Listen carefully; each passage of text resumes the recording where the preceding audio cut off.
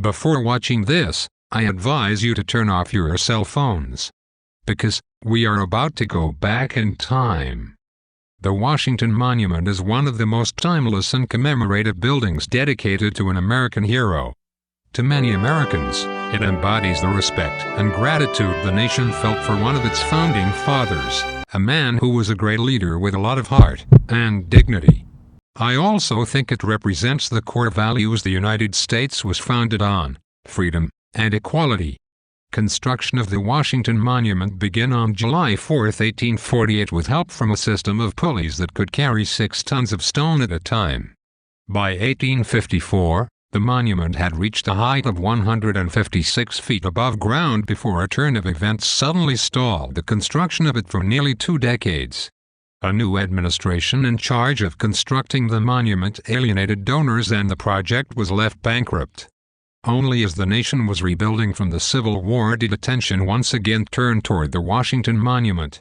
By a joint resolution passed on July 5, 1876, Congress assumed duty of funding and completing the construction of the Washington Monument.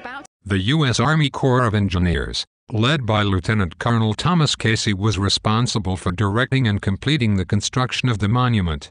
During construction they ran into numerous complications, including losing their supplier for the stone not once but twice.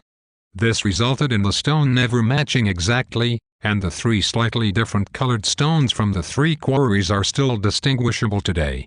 At 314 feet, the builders began angling buttresses inward to support a 300-ton marble pyramid iron being built at the top of the monument.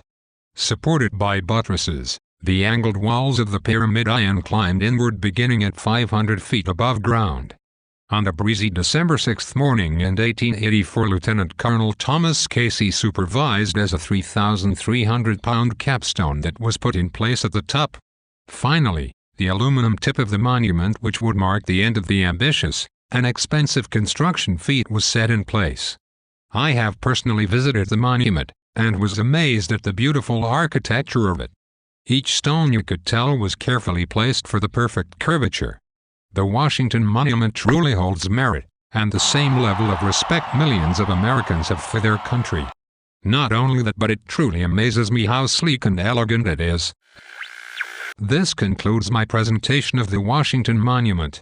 You are now free to turn on your cell phones and move about your classroom.